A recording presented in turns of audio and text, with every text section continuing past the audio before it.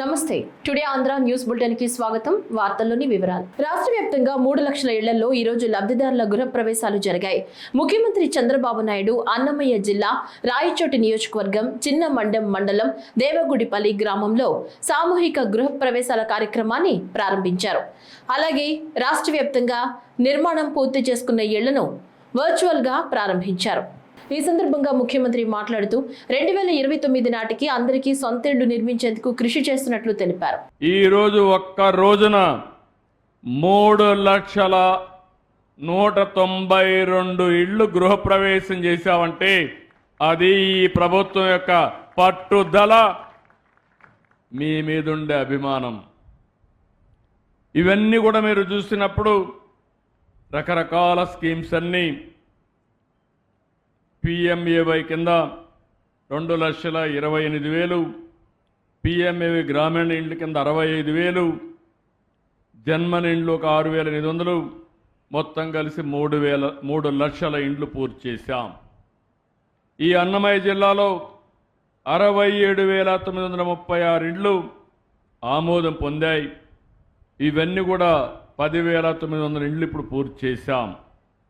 ఒక రాయచోట్ల 17,093 ఇళ్లు మంజూరైతే 2,694 ఇళ్లు పూర్తి చేశాం.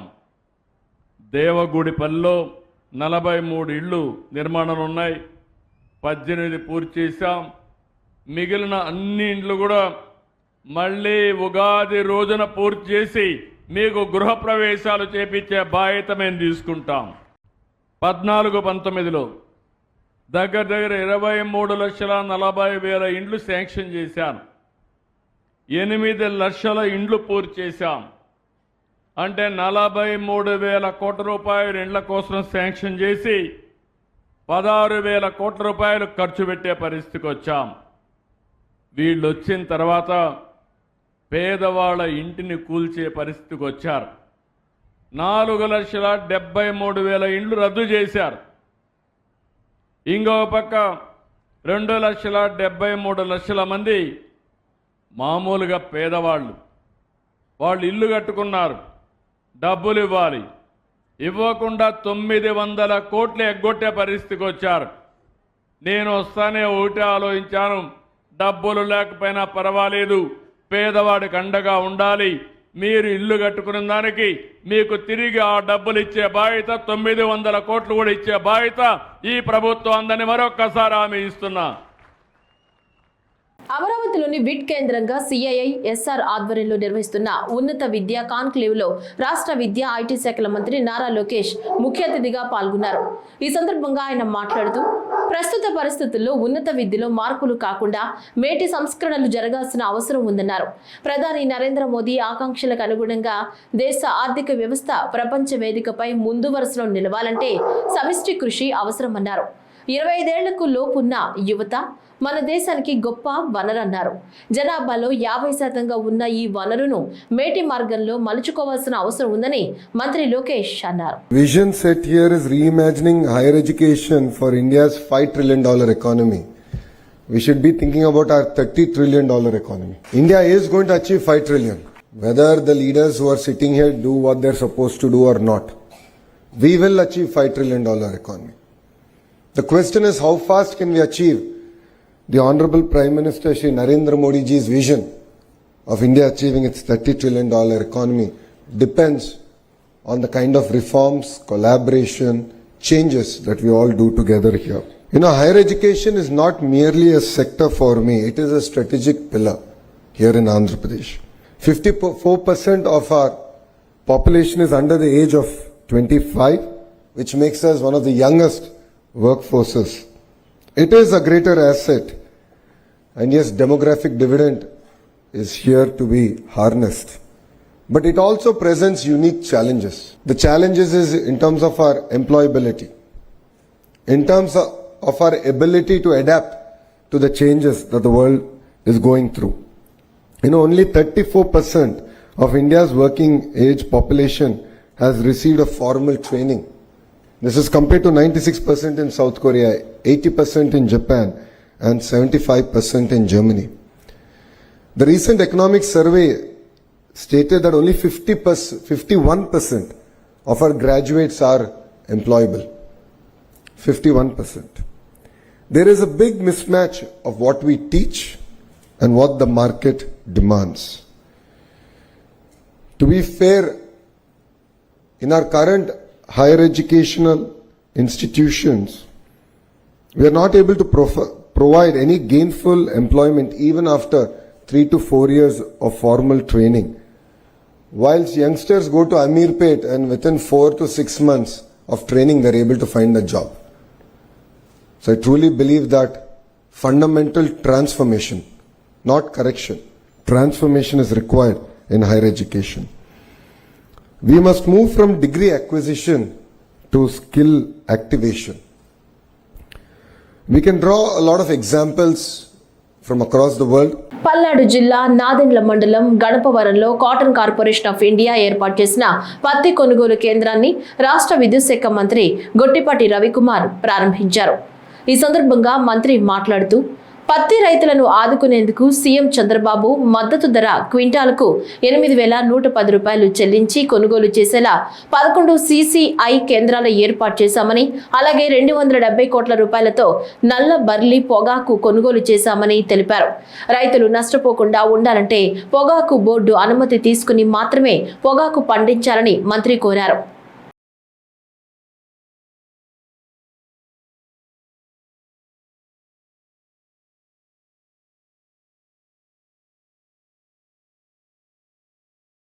ప్రభుత్వ వసతి గృహాల్లో సదుపాయాలను మెరుగుపరుస్తున్నామని తిరుపతి జిల్లా శ్రీకాళహస్తి ఎమ్మెల్యే బొజ్జల సుధీర్ రెడ్డి తెలిపారు. శ్రీకాళహస్తిలోని స్వర్ణముఖి నది వద్ద ఉన్న బీసీ హాస్టల్లో ఆర్ఓ మినరల్ వాటర్ ప్లాంట్ ను ఆయన ప్రారంభించారు. అనంతరం ఎమ్మెల్యే మాట్లాడుతూ రాష్ట్ర ప్రభుత్వం విద్యా వ్యవస్థలో సమూల మార్పులు తీసుకొస్తోందన్నారు. బీసీ హాస్టల్ కాళహస్తి పిల్లలందరికీ కూడా డ్రింకింగ్ వాటర్ ఇబ్బంది అని చెప్పినారు. ఇమీడియట్ గా CSR ఫండ్ కింద కంపెనీస్తో మాట్లాడి డ్రింకింగ్ వాటర్ ప్లాంట్ కూడా ఇక్కడ అరేంజ్ చేయడం జరిగింది. ఇదే హాస్టల్లో పూర్వం ఫుడ్ కూడా బాగాలేకుండే, రకరకాలుగా పిల్లలతోని ఇన్వాల్వ్ అయ్యి ఆటలాడుతూ నవ్వుస్తూ అట్ట చేసి మళ్ళీ అడిగా, కానీ అన్ని రకాల ఫుడ్ బాగుందన్నారు. I'm very happy. ఒకవేళ ఫుడ్ బాగాలేదంటే మాత్రం నాకు 2-3 నా సెల్ నెంబర్ ఇచ్చాను, ఫోన్ చేయమని చెప్పాను డైరెక్ట్గా. అవి కూడా అప్పుడప్పుడు నేను కూడా వచ్చి అప్పుడప్పుడు తనిఖీలు చేస్తూ ఉంటాం. డెఫినెట్గా అన్ని హాస్టల్స్ మేము అండర్ అవర్ సూపర్విజన్ చూసుకుంటూ అట్నే సర్ప్రైజ్ చెక్స్ అనేది స్టార్ట్ చేస్తాను.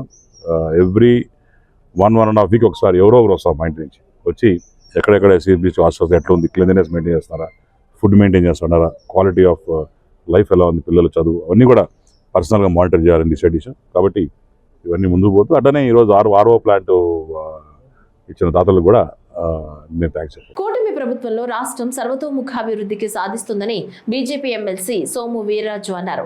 VIP విరామ సమయంలో స్వామివారి సేవలో పాల్గొని మొక్కులు చెల్లించుకున్నారు. దర్శనం అనంతరం ఆలయ రంగనాయకుల మండపంలో వేద పండితులు వేద ఆశీర్వచనం అందించగా ఆలయ అధికారులు శ్రీవారి తీర్థ ప్రసాదాలు అందజేసి పట్టు వస్త్రంతో సత్కరించారు. అనంతరం సోము వీర్రాజు మాట్లాడుతూ ఢిల్లీలో మొన్న జరిగిన బాంబ్ బ్లాస్ట్ చాలా బాధాకరమన్నారు.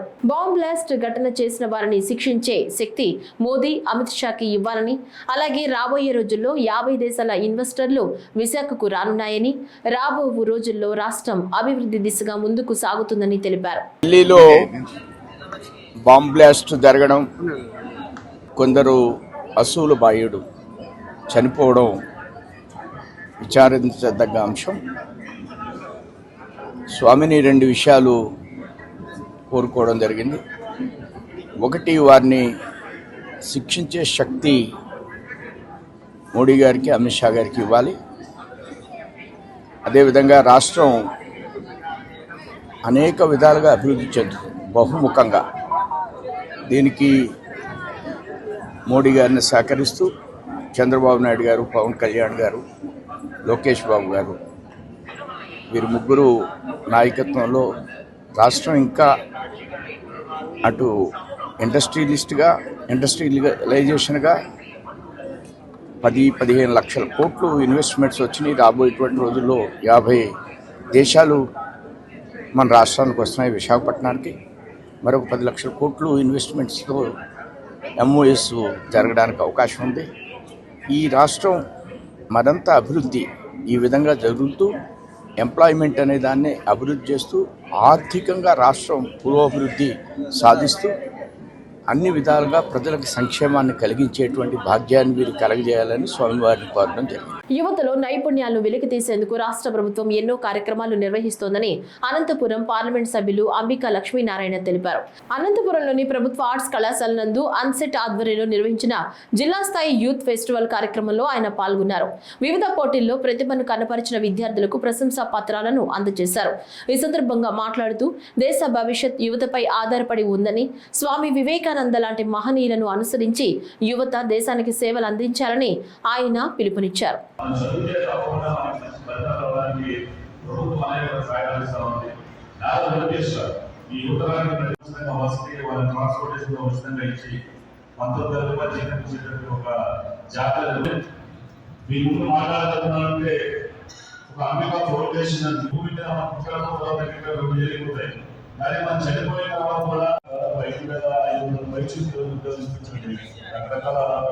మెడికల్ కళాశాలపై వైసీపీ అసత్య ప్రచారం చేస్తున్నారని బీజేపీ అధికార ప్రతినిధి డాక్టర్ వినుషారెడ్డి అన్నారు. ఈ సందర్భంగా మాట్లాడుతూ రాష్ట్ర ప్రభుత్వం పీపీపీ విధానంతో మెడికల్ కళాశాలను అభివృద్ధి చేస్తుంటే వైసీపీ నాయకులు దుష్ప్రచారం చేస్తున్నారని తెలిపారు. పీపీపీ అంటే ప్రైవేటైజేషన్ కాదు, ఇది ప్రభుత్వ ప్రైవేట్ భాగస్వామ్యం. కాల పరిమితి 33 సంవత్సరాలు. భూమి, భవనాలు, కళాశాలలు పూర్తిగా ప్రభుత్వ ఆధీనంలోనే ఉంటాయన్నారు. మెడికల్ కాలేజ్ అంటే కేవలం ఇది గోడలో స్థలాలు కాదు కదా, మనకు అక్కడ డాక్టర్లు ఉండాలి, అక్కడ సదుపాయాలు ఉండాలి, మనకు ల్యాబ్ టెస్ట్ అవసరమైన ఎక్విప్మెంట్ ఉండాలి. ఇదే కాకుండా మనకు అవసరమైన ఇన్ఫ్రాస్ట్రక్చర్, ఒక క్యాట్ ల్యాబ్ కావచ్చు, ఇవన్నీ కూడా డెవలప్ చేయాలి. ఏదో గోడలు కట్టేసి కొన్ని భవనాలు కట్టేసి మెడికల్ కాలేజ్ అంటే తప్పు. ఇప్పుడు నేను వైఎస్ఆర్సీపీ ఆ నేతల్ని కొన్ని ప్రశ్నలు అడగదలుచుకున్నాను. మీరు పీపీపీ మోడల్ని వ్యతిరేకిస్తున్నారు కదా వైఎస్ఆర్సీపీ నేతలందరూ. నేను ఒక ప్రశ్న అడుగుతున్నాను. మీరు పూర్తిగా పీపీపీ మోడల్ని వ్యతిరేకించే వాళ్ళైతే ఇప్పుడు ఆరోగ్యశ్రీ స్కీమ్ ఏదైతే ఉందో అది కూడా పీపీపీ, పబ్లిక్ ప్రైవేట్ పార్ట్నర్షిప్. దాని ద్వారా పేద ప్రజలు అవసరమైనప్పుడు ఈ కార్డు ద్వారా ప్రైవేట్ హాస్పిటల్లో ఉచితంగా మంచి వైద్యం చేసుకుంటున్నారుగా, మీరు దాన్ని కూడా వ్యతిరేకిస్తారా? ఫీజ్ రీయింబర్స్మెంట్ స్కీమ్, దీని ద్వారా కూడా పేద ప్రజలు ప్రైవేట్కి సంబంధించిన ఎడ్యుకేషన్ ఇన్స్టిట్యూషన్స్, విద్యాలయాల్లో చదువుకుంటున్నారు, దాన్ని కూడా వ్యతిరేకిస్తారా? మరి మీరు సమాధానం చెప్పాలి. రెండవ ప్రశ్న, మీరు మేము అన్ని అభివృద్ధి చేసేస్తాం అంటున్నారు. మరి 15 మెడికల్ కాలేజీలకు 8,000 కోట్లకు పైసలు ఖర్చు అయితే మీరు ఖర్చు పెట్టింది కేవలం 1,500 కోట్లు. ప్రజలందరూ ఇది గుర్తుపెట్టుకోవాలి. ముఖ్యమైన విషయం, ఈ 1,500 కోట్లలో గత ప్రభుత్వం వైఎస్ఆర్సీపీ ప్రభుత్వం జగన్మోహన్ రెడ్డి గారి హయాంలో 400 కోట్లకు పైగా ఏ మెడికల్ కాలేజ్ మీద ఖర్చు పెట్టిందో తెలుసా? Pulivendula medical college. పులివెందులను డెవలప్ చేయాలి కాదనట్లేదు, మరి మిగతా కనిపించట్లేదా మీకు? పాడేరు, ఆదోని, ఈ నర్సీపట్నం వీటి అన్నింటిలో మీరు ఖర్చు పెట్టింది చాలా తక్కువ. దగ్గర చూసుకుంటే సుమారుగా మిగతా 16 మెడికల్ కాలేజీలు కావచ్చు మీరు ఖర్చు పెట్టింది కేవలం 1000 కోట్లు. ఎందుకు మీకు మిగతా మెడికల్ కాలేజీలు పట్టవు? మీరు ఎందుకు పూర్తి చేయలేదు? 5 ఏళ్ళ అధికారంలో ఉన్నారు కదా, కనీసం ఒక్క మెడికల్ కాలేజ్ అయినా పూర్తిగా మీరు నిర్మాణం చేశారా? భవనాలు, అంతేకాదు డాక్టర్లను రిక్రూట్ చేశారా? మీకు అక్కడ కావాల్సిన ఎక్విప్మెంట్, క్యాట్ ల్యాబ్, ఇవన్నీ ఏ మెడికల్ కాలేజ్లో పెట్టారు? ఒక్క దాంట్లో కూడా పెట్టలేదు. అందుకే నేషనల్ మెడికల్ కౌన్సిల్ కూడా అన్నింటికి పర్మిషన్ ఏమి ఇవ్వలేదు. వాళ్ళు పర్మిషన్ ఇవ్వాలంటే ఇవన్నీ సదుపాయాలు ఉండాలి. మరి మీరు ఎందుకు తెచ్చుకోలేకపోయారు ఇప్పుడు గత ప్రభుత్వం హయాంలో? ఇవన్నీ ప్రజలకు చెప్పాలి కదా. మూడవది, మీరే కదా ఒక జీవో తెచ్చింది సెల్ఫ్ ఫైనాన్సింగ్ మోడల్ కింద ప్రభుత్వ మెడికల్ కాలేజీల్లో ఎంబీబీఎస్ సీట్లు కావచ్చు, పీజీ సీట్లు కావచ్చు 50% మనము ఎన్ఆర్ఐ కోటా, పేమెంట్ కోటా, అంటే అమ్ముకితే దాని ద్వారా డబ్బులు వస్తాయనే పాలసీ తెచ్చిందే మీరు. అంటే మీరు చేసింది కరెక్ట్. ఇప్పుడు మాత్రం మనం పీపీపీ మోడల్లో ఫాస్ట్ ప్రజలకు ఇవ్వాలని ఆలోచిస్తే అది మాత్రం తప్ప. ఇది కూడా మీరు ప్రజలకు సమాధానం చెప్పాలి కదా. 4వ పాయింట్, ఇప్పుడు పీపీపీ మోడల్ విధానంలో ఒక 2-3 ఏళ్లలో త్వరగా మెడికల్ కాలేజీలు అందుబాటులోకి వచ్చేస్తే 1,500కు పైగా ఎంబీబీఎస్ సీట్లు వస్తాయి. దాంతోపాటు ప్రతిరోజు ఈ 15 మెడికల్ కాలేజీలో వేలాది మంది ఉచిత వైద్యం పొందుతారు. రైతులకు అత్యధిక ప్రాధాన్యత ఇస్తూ రాష్ట్ర ప్రభుత్వం ముందుకు వెళుతుందని పౌర సరఫరాల శాఖ మంత్రి నాదెండ్ల మనోహర్ తెలిపారు. ఏలూరు జిల్లా చింతలపూడిలో ధాన్యం కొనుగోలు కేంద్రాన్ని ప్రారంభించారు. ఈ సందర్భంగా మంత్రి మనోహర్ మాట్లాడుతూ ఈ ఏడాది ఖరీఫ్ సీజన్లోనే 51 లక్షల మెట్రిక్ టన్నుల ధాన్యం కొనుగోలు చేసేందుకు లక్ష్యంగా నిర్దేశించామన్నారు. ధాన్యం సేకరించిన 3 గంటల్లోనే రైతుల ఖాతాల్లో నగదు జమ చేసే దిశగా చర్యలు చేపట్టామన్నారు. మా కూటమి ప్రభుత్వంలో గౌరవ ముఖ్యమంత్రి గారు చంద్రబాబు నాయుడు గారు, అదేవిధంగా గౌరవ ఉప ముఖ్యమంత్రి గారు పవన్ కళ్యాణ్ గారు ఎప్పుడు కూడా రైతాంగానికి మన ప్రాధాన్యత ఇవ్వాలి, రైతు పడిన కష్టానికి ఎక్కడ కూడా పొరపాటు లేకుండా నిజాయితీగా చెల్లింపుల విషయంలో కానివ్వండి, ధాన్యం కొనుగోలు విషయంలో కానివ్వండి, తరలించే విషయంలో కానివ్వండి, తరుగు విషయంలో కానివ్వండి, తేమ శాతం విషయంలో కానివ్వండి, ఆ పొరపాటు జరగకూడని ఉద్దేశంతో ఒక చక్కటి ప్రణాళికతోటి మేము ముందుకు వచ్చాం. గత సంవత్సరం 48 గంటల లోపే 12,800 కోట్ల రూపాయలు ధాన్యం మన రాష్ట్ర ప్రభుత్వం నుంచి మేము కొనుగోలు చేసాం. ఈ సంవత్సరం గత సంవత్సరం 34 లక్షల మెట్రిక్ టన్నులు కొనుగోలు చేస్తే ఈ సంవత్సరం కేవలం ఖరీఫ్ మాసానికే 51 లక్షల మెట్రిక్ టన్నులు కొనుగోలు చేయడానికి సిద్ధంగా ఉన్నాం. అన్ని నియోజకవర్గాల్లో, అన్ని మండలాల్లో, గ్రామాల్లో రైతు సహాయ కేంద్రాలు, ధాన్యం కొనుగోలు కేంద్రాలు ఏర్పాటు చేశాం. 16,000 మంది సిబ్బందితోటి ఈ అద్భుతమైన కార్యక్రమం ముందుకు తీసుకెళ్తున్నాం. ఈ సంవత్సరం ఇంకా మెరుగ్గా సేవ అందించడానికి కోసం ఎవరైతే ఉదయం 10 రైతు కల్లాల దగ్గర నుంచి ట్రక్ షీట్ ఆయన జనరేట్ చేయగలుగుతారో రైతు సహాయ కేంద్రాల్లో 3 గంటల లోపే వాళ్ళ ఖాతాలోకి డబ్బులు జమ చేసేటట్టు బ్యాంకులతో మాట్లాడుకుని మేము ఒక అద్భుతమైన ప్రక్రియ ముందు తీసుకు. గ్రామీణ ప్రాంతాల్లో మౌలిక వసతుల కల్పనకు కేంద్ర రాష్ట్ర ప్రభుత్వాలు కృషి చేస్తున్నాయని చిత్తూరు పార్లమెంట్ సభ్యులు దగ్గుమళ్ళ ప్రసాదరావు తెలిపారు. పలమనేరు నియోజకవర్గం కొలమానసపల్లి పంచాయతీ దొడ్డిపల్లి ఎస్టీ కాలనీలో ఏర్పాటు చేసిన సోలార్ దీపాలను ప్రారంభించారు. అలాగే విద్యార్థినులకు సైకిళ్లు, పేదలకు నిత్యావసరాలను పంపిణీ చేశారు. ఈ సందర్భంగా ఎంపీ మాట్లాడుతూ కాలనీల్లో మెరుగైన మౌలిక వసతులను కల్పించేందుకు కృషి చేస్తామన్నారు. అందుబాటులో లేవో గవర్నమెంట్ స్కీమ్స్ లేకపోతే ప్రభుత్వం నుంచి రావాల్సిన ఏమైనా సరే ఎమ్మెల్యే గారి ద్వారా కానీ ఎంపీ గారి ద్వారా ఇవి తీసుకొని మీరంతా చదువుకొని అభివృద్ధి కావాలనేది మా అభిప్రాయం. సో ఇట్లా సైకిల్ ఇవ్వటం, తర్వాత ఎప్పుడైతే ఇబ్బంది ఉందో రేషన్ ఇవ్వటం, తర్వాత మీకు మెయిన్ టౌన్లోకి వెళ్ళి ఇక్కడున్న ప్రజలందరూ ఈ వెనుకబడతాం నుంచి బయటకు వచ్చి తర్వాత దానికి సంబంధించిన చదువే అన్నిటికీ మూలం. ఆ చదువు కానీ పిల్లలు కానీ చదువుకుంటే వీటన్నిటి నుంచి బయటకు వచ్చేస్తాం. ఊరు దాటి వెళ్ళక్కర్లేదు, కానీ ఈ ఊర్లో ఉన్నా కూడా చదువు కానీ చదువుకుంటే ఇవన్నీ మారిపోతా ఉంటాయి. అట్లాగే ఇప్పుడే చంద్రశేఖర్ గారు చెప్తున్నారు, ఈ ఇళ్ళన్నీ 30 సంవత్సరాల దగ్గర అయిపోయినాయి, వాటికి అన్నిటికీ నీళ్లు కారుతా ఉన్నాయని చెప్పి. సో నేను గౌరవనీయ ఎమ్మెల్యే గారిని కూడా కోరుతా ఉన్నాను, ప్రపోజల్ తీసుకొని ఎంతమందికి ఇల్లు టైం అయిపోయి ఉంటే అంతమందికి మళ్ళీ ప్రపోజల్ పెట్టి కలెక్టర్ గారి దృష్టికి తీసుకొస్తే మేమందరం కూడా కలెక్టర్ గారికి చెప్పి ఇట్లాంటి గ్రామాల్లో వాడు నివాసయోగ్యమైన ఇల్లు ఇస్తే బెటర్ అని మేము కూడా కృషి చేస్తాం. అట్లాగే ఏ సౌకర్యం కావాల్సి వచ్చినా కూడా రోడ్డు కూడా అస్సలు బాగాలేదు. మరి ఇక్కడ నుంచి వెళ్ళడం మీకు వర్షాకాలం ఇప్పుడే ఇట్లా ఉంది, బాగా వర్షాలు పడ్డప్పుడు అసలు రోడ్లు మీకు యాక్సెస్ ఉండకపోవచ్చు. సైకిల్ మీద వెళ్ళాలన్నా ఇంకో దాని మీద వెళ్ళాలన్నా కష్టం అవుతుంది. సో ఆ రోడ్డు కూడా ఎట్లా దాన్ని మెరుగుపరచవచ్చు ఆ రోడ్లని అనేది మేము కలెక్టర్ గారితో మాట్లాడి తర్వాత ఎమ్మెల్యే గారి ప్రపోజల్ తోటి ఆ రోడ్డు తర్వాత ఇల్లు సంగతి కూడా చూస్తానికి ప్రయత్నం చేస్తాం. వాస్తవానికి నాకు చాలా ఆశ్చర్యంగా ఉంది. నేను కూడా చాలా విలేజెస్ చూశాను, కానీ ఎంత రిమోట్లో ఈ విలేజెస్లో ఇట్లా ఉండటం, వీళ్ళంతా ఐడెంటిఫై చేయడం చాలా గొప్ప విషయం. సో ప్రభుత్వం గొప్పతనం కూడా ఉంది, వీటన్నిటికి పవర్ ఇవ్వటం, వాటర్ ఇవ్వటం, రోడ్లు వేయటం. సో మీ అందరూ అభివృద్ధి కావాల్సింది అనేదే ప్రభుత్వం యొక్క ఉద్దేశం. ఇంకా మరి కాస్త మెరుగుపరిచి కాస్త అభివృద్ధి చేయడానికి ప్రయత్నం చేస్తాం. ప్రభుత్వం ద్వారా ఏ అవకాశాలు ఉన్నా కూడా ఈ పర్టికులర్ సెక్ట్కి ఈ ట్రైబ్కి ఏమేమి స్పెషల్గా ఉన్నాయో అవన్నీ కూడా వచ్చేటట్టు ప్రయత్నం చేస్తాం. సంజీవని ప్రాజెక్టుతో అందరికీ నాణ్యమైన ఆరోగ్యాన్ని సులభంగా అందించాలన్నదే ముఖ్య ఉద్దేశమని చిత్తూరు జిల్లా కలెక్టర్ సుమిత్ కుమార్ పేర్కొన్నారు. జిల్లా వైద్య శాఖ ఆధ్వర్యంలో 28 మండలాలకు సంబంధించిన ప్రాథమిక ఆరోగ్య కేంద్రాల వైద్యాధికారులతో కార్యశిబిరంలో కలెక్టర్ ముఖ్య అతిథిగా పాల్గొన్నారు. ఈ సందర్భంగా కలెక్టర్ మాట్లాడుతూ వ్యక్తుల ఆరోగ్యాన్ని డిజిటల్ రికార్డులుగా మార్చడంతో పాటు వైద్య సేవలు అందించేలా త్వరలో జిల్లా అంతటా సంజీవని డిజిటల్ సెంటర్ వైద్య రంగంలో ఓ గేమ్ చేంజర్ గా మారనుందన్నారు.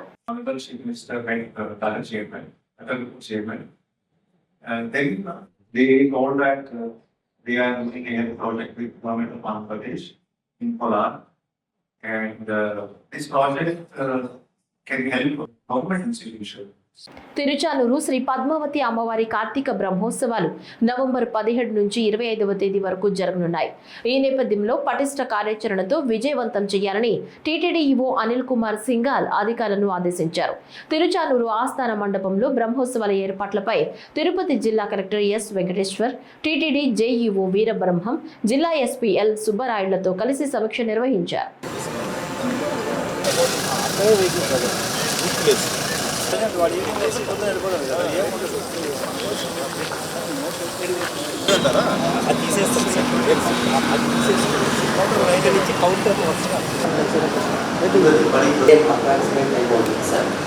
అదేవిధంగా ఇస్తూ నేను డిస్కషన్స్ చేసుకుంటే ఎక్కడా కూడా ప్రస్తుత డిజిటల్ యుగంలో పుస్తకానికి ఉండే ప్రాధాన్యత వేరని దీన్ని ప్రజలు గమనించాలని శ్రీకాకుళం ఎమ్మెల్యే గోండు శంకర్ పేర్కొన్నారు. శ్రీకాకుళం మున్సిపల్ గ్రౌండ్ లో 10 రోజుల పాటు జరుగుతున్న సిక్కోలు పుస్తకం మహోత్సవం కార్యక్రమాన్ని ఆయన ప్రారంభించారు. ఈ సందర్భంగా ఎమ్మెల్యే మాట్లాడుతూ సిక్కోలు పుస్తక మహోత్సవ కార్యక్రమాన్ని ఏటా నిర్వహించేలా కమిటీ ఆలోచన చేయాలని కోరారు. రాష్ట్రంలో విజయవాడ, విశాఖపట్నం మహానగరంలో పుస్తక మహోత్సవాలను శ్రీకాకుళంలో ఏర్పాటు చేయడం అభినందనీయమన్నారు. పట్టణంలో ఎన్టీఆర్ మున్సిపల్ హై స్కూల్ గ్రౌండ్లో సిక్కోలు పుస్తక మహోత్సవం 2025 కార్యక్రమాన్ని పెద్దలందరూ కలిసి ఏర్పాటు చేయడం జరిగింది. మొదటిసారిగా శ్రీకాకుళం పట్టణంలో ఇంత భారీ ఎత్తున పుస్తక ప్రదర్శన అనేది జరపడం చాలా సంతోషం.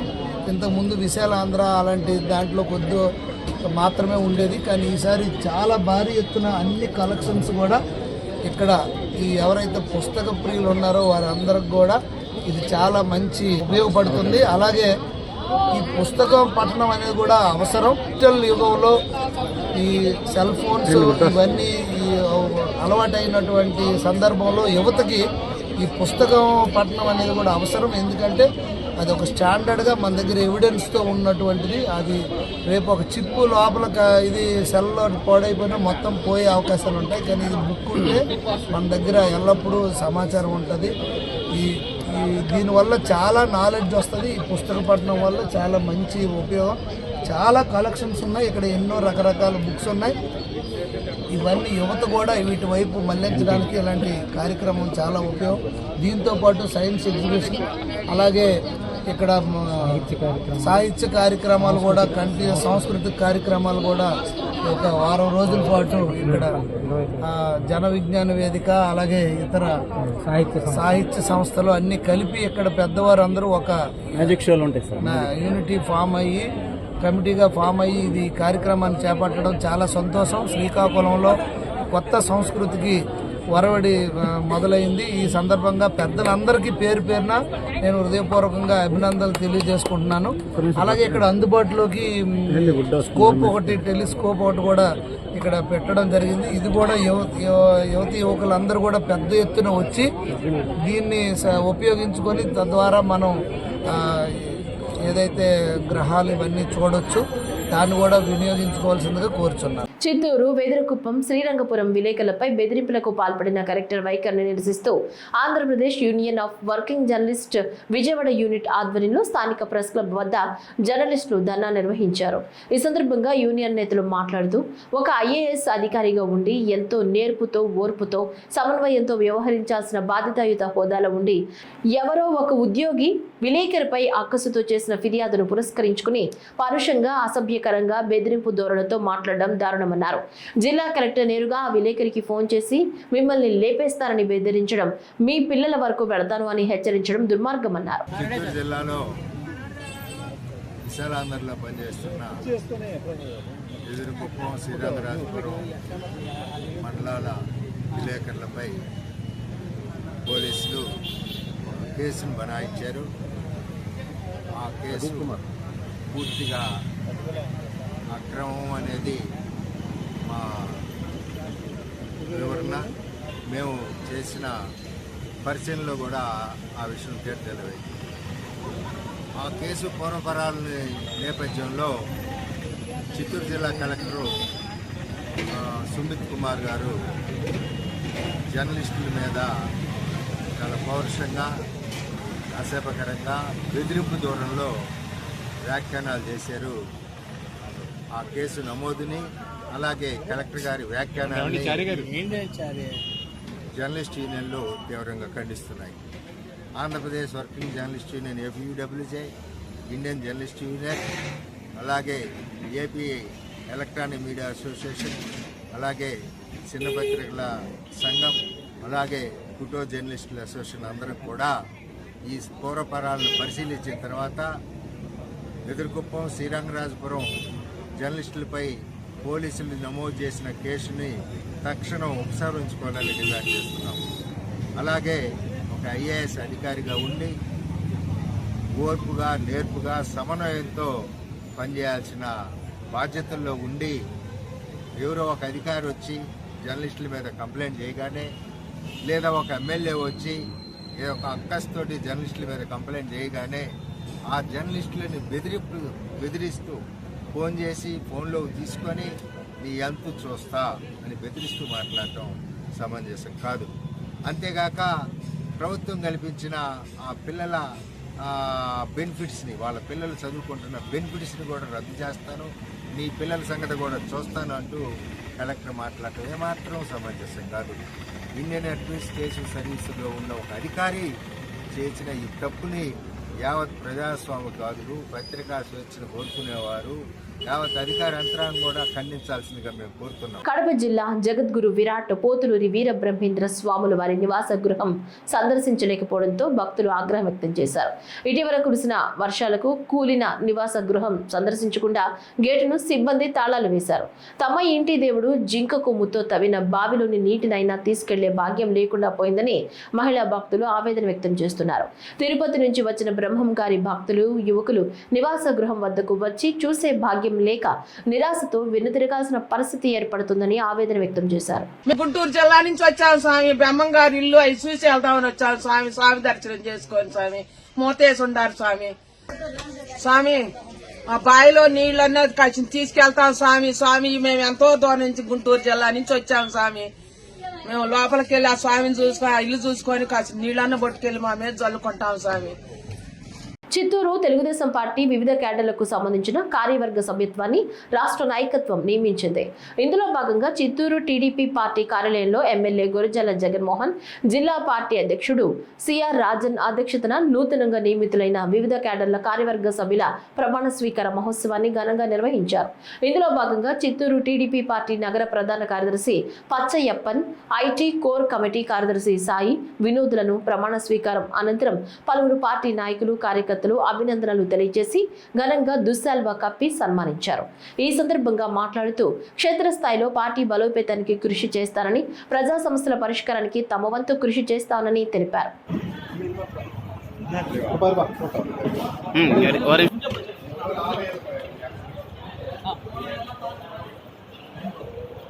స్వాతంత్ర భారతదేశంలో కన్నీ విని ఎరుగని విధంగా 17 మెడికల్ కాలేజీలను సాధించి జాతికి అంకితం చేసిన నాటి ముఖ్యమంత్రి వైఎస్ జగన్మోహన్ రెడ్డి ఆశయానికి తూట్లు పొడుస్తూ వాటిని తమ బినామీలకు కట్టబెట్టే ప్రయత్నాన్ని ఖండిస్తూ చిత్తూరు వైసీపీ ఇన్ఛార్జ్ విజయానందరెడ్డి నేతృత్వంలో విద్యార్థులు, యువత, వైసీపీ నాయకులు, మహిళలు రోడ్డెక్కారు.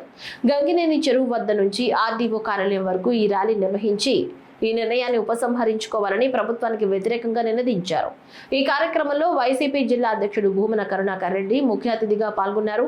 గతంలో ప్రభుత్వ రంగ సంస్థలను తన కోటరీకి దారాదత్తం చేసిన చంద్రబాబు ప్రస్తుతం ఆంధ్ర యువతకు ఆశాదీపమైన మెడికల్ కాలేజీలను తన స్వప్రయోజనాల కోసం తన మిత్రులకు, బినామీలకు దారాదత్తం చేయాలని చూస్తున్నాడని నిప్పులు చెరిగారు. ఈరోజు 175 నియోజకవర్గాల్లో ప్రోగ్రాం అంతా కూడా సక్సెస్ అవుతుంది. ప్రభుత్వము ఈ వ్యతిరేకతని గుర్తించి వెంటనే ఈ ప్రైవేటీకరణను ఆపి సాధారణమైన పేద ప్రజలకు, బడుగు వర్గాలకు అందరికీ కూడా విద్యా, వైద్యం అందాలంటే ఖచ్చితంగా అది ప్రభుత్వ మెడికల్ కాలేజ్ అయితేనే జరుగుతుంది. కాబట్టి వాళ్ళ నిర్ణయాన్ని వాపసు తీసుకుంటారని ఆశిస్తూ మా ఈ యొక్క వినతి పత్రాన్ని ఈరోజు ఆర్డీఓ గారికి సమర్పించడం జరిగింది.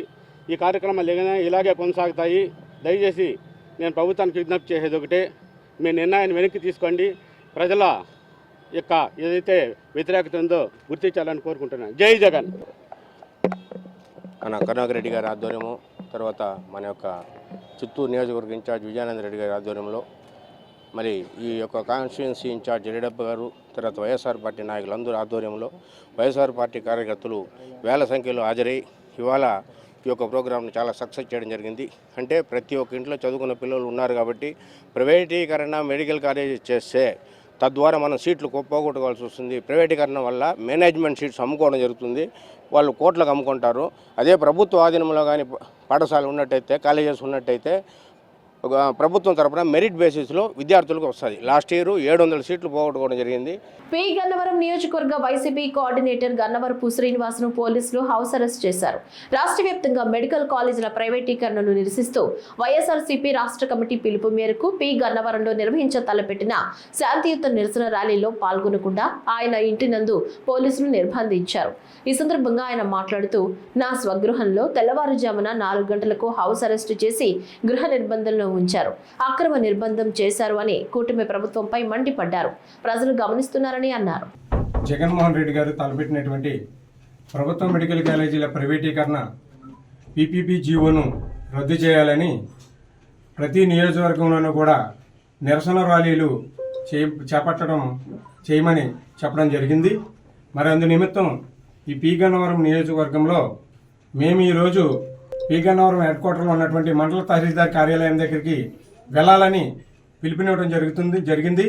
మరి ఆ పిలుపు నిమిత్తం ఈరోజు పి గన్నవరం కార్యాలయం దగ్గరికి అందరినీ కూడా రమ్మనడం కూడా జరిగినది. కానీ వేళ ఈ ఎన్డీఏ కూటమి ప్రభుత్వం ఈ చంద్రబాబు నాయుడు గారు నిరంకుశంగా ప్రజా విధానాలని వ్యతిరేకంగా ప్రజాపాలన అనే విధానంలో నడవకోకుండా ఈరోజు ఈ పి గన్నవరం నియోజకవర్గ కోఆర్డినేటర్ అయినటువంటి నన్ను ఇలా ఇంటిలో నిర్బంధించడం జరిగింది. ఇది ప్రజాస్వామ్యం కాదు, అప్రజాస్వామ్యం అని చెప్పడం జరుగుతుంది. ఈ రాష్ట్రంలో రాజ్యాంగబద్ధంగా ఏది నడవట్లేదు. రెడ్ బుక్ రాజ్యాంగం అనేది నడుస్తుంది. ఈ రెడ్ బుక్ రాజ్యాంగం ద్వారాగానే పాలన జరుగుతుంది. ఇది చాలా దుర్మార్గం. ఎందుచేతంటే ప్రజా సమస్యల మీద మేము ఎంతో గలమెత్తడం జరుగుతుంది, ప్రజల తరపున పోరాటం జరుగుతుంది. ఆ పోరాటం నిమిత్తమే ఇవాళ ప్రైవేట్ కాలేజీల రద్దు చేయమని, మెడికల్ కాలేజీల ప్రైవేటీకరణ రద్దు చేయమని పోరాటం చేస్తుంటే మరి దీనిని ఇవాళ కూటమి వారు ఇంత నిరంకుశంగా మరి ఇంట్లో నిర్బంధించడం జరిగింది. వైఎస్ఆర్ కాంగ్రెస్ పార్టీ హయాంలో మంజూరు చేసిన వైద్య కళాశాలలు, ఆసుపత్రులు ప్రైవేట్ వ్యక్తులకు కట్టబెట్టేందుకు ప్రభుత్వం ప్రయత్నిస్తోందంటూ మాజీ స్పీకర్ తమ్మినేని సీతారాం, మాజీ మంత్రి ధర్మాన ప్రసాదరావు ఆరోపించారు. శ్రీకాకుళంలో వైఎస్ఆర్సీపీ ఆధ్వర్యంలో ధర్నా నిర్వహించారు. ఈ మేరకు వారు మాట్లాడుతూ జిల్లా వ్యాప్తంగా అన్ని నియోజకవర్గ కేంద్రాల్లో ధర్నా, నిరసన ర్యాలీలు చేపట్టామన్నారు. సమాజం ఏర్పడడానికి అవసరమైనటువంటి విద్య, మరీ ముఖ్యంగా వైద్య విద్య లాంటిది మీరు ప్రైవేట్ పీపుల్కి వ్యాపారం చేయడానికి ఇస్తే ప్రభుత్వం నిర్వర్తించడానికి ఉండేటువంటి పనులేంటి? అసలు రాజ్యాంగం ఏం చెప్పింది? ఒక సాధారణమైన పౌరుడు ఆరోగ్యం బాగలేకపోతే కోర్టుకు పోవాలా? రాజ్యాంగ మార్గదర్శక నిర్దేశంలో ఇది లేదా? ఇది ప్రభుత్వం చూడాల్సినటువంటి అంశం కాదా? ఇవాళ ప్రతి కుటుంబానికి ఉన్నటువంటి ఎక్స్పీరియన్స్ ఏంటి?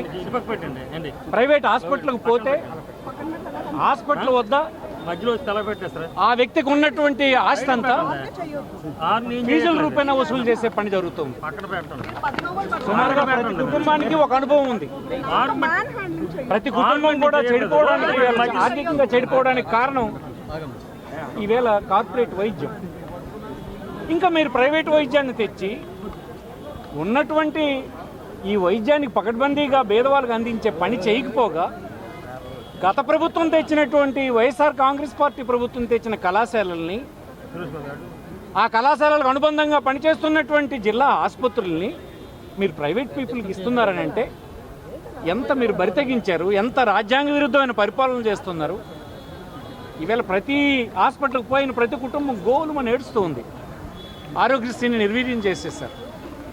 గవర్నమెంట్లో ప్రైవేట్ హాస్పిటల్లో పనిచేస్తున్నటువంటి డాక్టర్లు నెలకి ఇంత కలెక్ట్ చేయాలన్నటువంటి నిర్దేశంతో దోచుకుంటూ ఉంటే కళ్ళొప్పగించి ప్రభుత్వాలు చూస్తూ ఉంటే కేంద్ర ప్రభుత్వం కానీ రాష్ట్ర ప్రభుత్వం కానీ ఇంకా కఠినమైనటువంటి చట్టాలు తీసుకురావాలి. నాగార్జున సాగర్ నెల్లికల్ లిఫ్ట్ పనులను జాగృతి అధ్యక్షురాలు కల్వకుంట్ల కవిత పరిశీలించారు.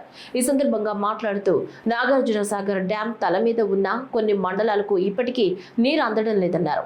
ఇప్పుడు వచ్చిన కొత్త ప్రభుత్వం వచ్చి చాలా కాలమైన నెల్లికల్ లిఫ్ట్ చిన్న ప్రాజెక్టును పూర్తి చేయకపోవడం దారుణమన్నారు.